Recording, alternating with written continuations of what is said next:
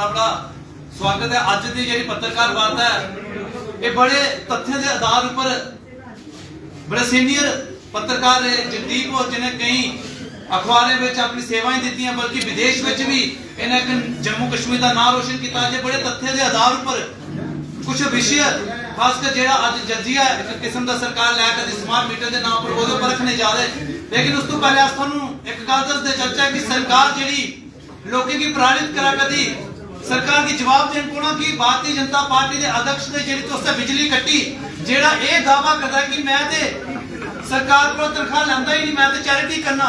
फिर लाख रुपए का बिल उन्हें कुतू भुगतान किया।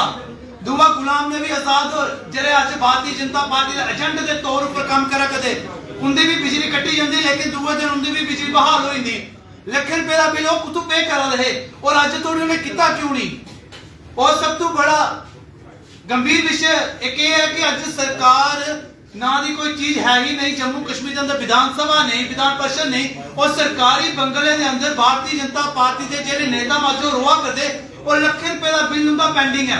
वो पूर्व उप मुख्यमंत्री उनके स्पीकर, लेकिन कोई कार्रवाई ना दी कोई चीज नहीं है। लेकिन भारतीय जनता पार्टी के नेता जेडे ये गल आखते कि चिंता नहीं करनी आऊं बैठे ना अस उन्हें पूछना चाहने पर चिंता उन सब थुंडी लगी रही कि जिस तरह का जनता बाहर आई रही, जनता खड़ोई रही, उन तुंडे आने वाले दिन जेडे बड़े चिंताजनक होने आने। और एलजी साहब ने जम्मू कश्मीर की चीजें प्रताड़ित करा करते और बीजेपी के एमएलए ने नुमाइंदगी जम्मू तक हुई ही अज कोई भी गल नहीं करता। जी सरकार ये आखती रही दिल्ली नया जम्मू कश्मीर बना है, अज उन्हें अस आखना चाहते पर सब सानू हुआ पुराना जम्मू कश्मीर दे दो जो अस अपना फैसला आपू करते हैं, जो वाकई अस हिंदुस्तानी है, जो वाकई अस राष्ट्रवादी है। जो जिस जम्मू कश्मीर का बिल हिंदुस्तान कने किया अज वो जम्मू कश्मीर भारतीय जनता पार्टी की सरकार सानू वापस करी उड़ा। उन्होंने तमाम तथ्य के आधार पर की सरकार किया प्रताड़ित करा दी। सारे सीनियर पत्रकार रहे बड़े दिग्गज नेता जगदीप और उनके आगे अनुरोध है कि वो इन्हें विषयों पर बारीकी कने सामने रखन। जगदीप प्रताप जी ने अपनी बात रखी और मैं मुख्तसर शब्दों में केवल इतना कहकर अपनी बात पूरी करूंगा कि आज जिस तरीके से स्मार्ट मीटर्स के नाम पर जम्मू की जनता को प्रताड़ित किया जा रहा है और 15% का इजाफा प्रस्तावित है बिजली की दरों में, और उसके साथ साथ मैं कहूंगा कोड़ में खाज ये है कि जिन लोगों के स्मार्ट मीटर्स नहीं लगे होंगे उन लोगों से जो लमसम अमाउंट वसूला जाएगा उसका दुगना उनको देना पड़ेगा।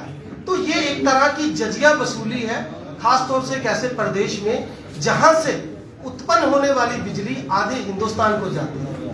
आज रियासी में हमें खनिज मिले, क्या सरकार ने बताया कि उसका कितना इनिशिएटिव जो है वो हमारी यहाँ की लोकल गवर्नमेंट को मिलेगा। वही हाल आज बिजली का है। एनएचपीसी के तमाम प्रोजेक्ट सेंटर के अधीन है और बावजूद इसके कि हम यहाँ पर कई 100 मेगावाट की बिजली उत्पादित करके आधे हिंदुस्तान को दे रहे हैं, लेकिन हमें बिजली में असर नहीं। और एक आखिरी बात, ये वही भारतीय जनता पार्टी है जो एक विधान, एक निशान और एक संविधान की बात करती थी। तो मेरा सीधा सवाल ये है, अगर दिल्ली में बिजली माफ हो सकती है, पंजाब में बिजली माफ हो सकती है, तो फिर जम्मू कश्मीर जैसे प्रदेश को क्यों नहीं, जहां पर की बिजली पैदा होती है। धन्यवाद। जगदीप जी, आप ये बताएं कि क्या आप इलेक्शन लड़ने के लिए हैं तैयार? बिल्कुल। जब मैंने ये तय किया था कि कलम से जो हम नहीं कर पाए वो हम राजनीति में उतर के करेंगे, और इसमें कोई दो राय नहीं है कि अपने लोगों के लिए अगर मुझे मैदान में उतरना पड़ा विरोध को लेकर आने वाले आगामी दिनों में तो हम उतरेंगे। और चुनाव की तैयारी जो है वो बड़ी मैं कहूँगा बड़ी सशक्त और कड़ी मेहनत के जरिए हमने जारी रखी हुई है। चीफ इंजीनियर पीडीडी आज प्रेस कॉन्फ्रेंस देने जा रहे हैं स्मार्ट मीटर को लेके, तो क्या उम्मीदें हैं आपको उनसे? देखिए, इनसे क्या उम्मीद की जा सकती है। मैंने पहले कहा, अभी हाल पनामा चौक में एक मौत होती है लाइनमैन की, गुरदास नामक। उसके बाद शबीर दूसरा लाइनमैन जो बड़ी बरामदा में 2 दिन पहले जिसकी मौत होती है। ऐसे सैकड़ों लाइनमैन हैं जो आज दिव्यांग हो चुके हैं लोगों को सर्विसेज देते देते। और ये महकमा कर क्या रहा है, इन्होंने ठेके के ऊपर लाइनमैनों की भर्ती के लिए पहले आवेदन मांगा और जब विरोध शुरू हुआ तो ये कहकर पल्ला झाड़ दिया कि ये गलती से हो गया, और 1 हफ्ते के बाद सही उसी तरीके से इन्होंने उधमपुर में दोबारा से आवेदन मांग लिए। तो ये सारी की सारी जो हम देख रहे हैं कारगुजारी है, इसके पीछे कहीं ना कहीं सिन्हा सरकार सीधे तौर पर शामिल है, अन्यथा महकमे की ये मजाल नहीं हो सकती कि वो इस तरीके से अपने ही कर्मचारियों को निरंतर प्रताड़ित करे। प्रताप, आपसे सवाल रहेगा कि भाजपा में प्रदर्शन कर रहे हैं, उस बारे में क्या कहेंगे? देखिए, पहली बात है, भारतीय जनता पार्टी वाले प्रदर्शन कर नहीं रहे, जो उनके दबे कुचले जो लोग हैं, क्योंकि भारतीय जनता पार्टी में आज जिसका जमीर जागा है वही सड़कों पे आ रहा। बाकी ये भारतीय जनता पार्टी वाले वो लोग थे, जम्मू से 25 MLA मिले और MLC बनाने की बारी आए तो कश्मीर से 3 बना दिए।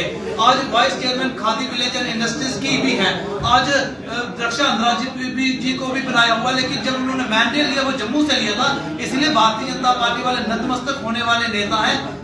शायद किसी का जमीर जागा होगा, वो बाहर आया होगा, लेकिन अभी हमें जहां तक लगता है खुल के भारतीय जनता पार्टी के नेता बाहर नहीं है। कारण यह है कि सरकारी बंगले में रह रहे हैं, लाखों रुपए का बिल आज भी उनका पेंडिंग है, इसलिए वो बोल नहीं सकते, क्योंकि उनके गले में जो पट्टी है वो कर्ज की पट्टी है। वो शायद कर्ज में दबा हुआ कोई भी डोगरा बाई नहीं चुकी सदा, वो डोगरा कोई भी नहीं सकता, वो दोगला है। जम्मू की आवाज उठाने वाले कश्मीर अपीजिंग पॉलिसी में बिलीव करते हैं। देखिए, बात सुनिए, भारतीय जनता पार्टी के पास 2 तरह की राजनीति है, माल की और जाल की। माल की और जाल की राजनीति में कांग्रेस और नेशनल कॉन्फ्रेंस के बड़े नेता फंस चुके हैं। वो आपके सामने थे, पहले कहते थे हाय जम्मू, आज कह रहे हैं बाय जम्मू, बाय जम्मू।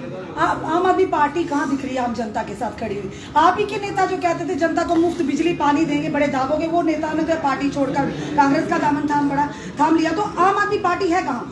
देखिए, पहली बात है कि पार्टी बदलना कोई, मुझे लगता है इसमें कोई बहुत बड़ी गाली नहीं है। अगर मीडिया कर्मी एक मीडिया हाउस छोड़ के दूसरे मीडिया में आ सकता है अपॉर्चुनिटी देखते हुए, तो मुझे लगता है शायद उन्हें लगा होगा कि उनके लिए वो अपॉर्चुनिटी बेस्ट है। तो मुझे लगता है जाने से पार्टियां ना खत्म हुई है ना होती हैं। आप पिछला इतिहास देख लीजिए, भारतीय जनता पार्टी का, कांग्रेस का देख लीजिए, ये दौर आता है जाता है, जब तक किसी के आने या जाने से पार्टी को फर्क नहीं पड़ता। पार्टी कहाँ पे है? सीनियर स्पोक्सपर्सन जगदीप जी हैं, जिन्होंने विदेश में न्यूयॉर्क टाइम जैसे में काम किया हुआ, और आज आपके सामने है। ये किसी पद की लालसा से नहीं आए हैं, इसलिए आए क्योंकि आम जनता के साथ जुड़े हुए हैं ना। तो एलजी साहब का जो कह रहे हैं आईफोन, ना इनके पास आईफोन है, ना ये 5G चलाते हैं, इनके घर में भी नहीं है। तो मुझे लगता है आम आदमी पार्टी जिसकी बात करें वो लोगों के बीच में, आम आदमी जन आंदोलन से पैदा हुआ राजनीतिक दल है। तो मुझे लगता है कि इसे नेताओं की जरूरत नहीं है, आम लोगों की है। बाकी अब जगदीप जी भी पुराने इससे जुड़े हुए हैं, तो मुझे लगता है इस पे और गहराई से बड़े अच्छे तरीके से ये ब्रीफ करेंगे। जगदीप जी जी ये बताएं, आपकी आम आदमी पार्टी जितनी बढ़ चढ़कर उभरी थी उतनी जल्दी वो डाउन हो गई है, क्या कहेंगे आप? देखिए, मैं तो केवल इतना कहूँगा जो मेरे क्षेत्राधिकार में है कि कहीं ना कहीं दिक्कत तो है, इसमें कोई दो राय नहीं है। चूंकि हमारी पहली जिम्मेदारी हमारे लोग हैं, तो मैं बड़े स्पष्ट शब्दों में कहूँ कि उम्मीद कर सकते हैं कि all those references will be wrapped up pretty soon. बाकी ये पार्टी को देखना है। बोल सकते हैं कि आम से खास निकल के आम रह गए? नहीं, देखिए ऐसा नहीं है। ये सच है कि अगर आज हमारी पार्टी के जो नेता छोड़कर गए हैं, किसी भी नेता का मन इतनी जल्दी मानता नहीं है कि वो एक पार्टी को छोड़ के दूसरी में जाए, तो जरूर कुछ ना कुछ कारण तो है, इसमें तो कोई दो राय नहीं है। अब उन कारणों पर हाईकमान किस तरीके से, कितनी संजीदगी से संज्ञान लेती है, ये उसका क्षेत्राधिकार है। प्रताप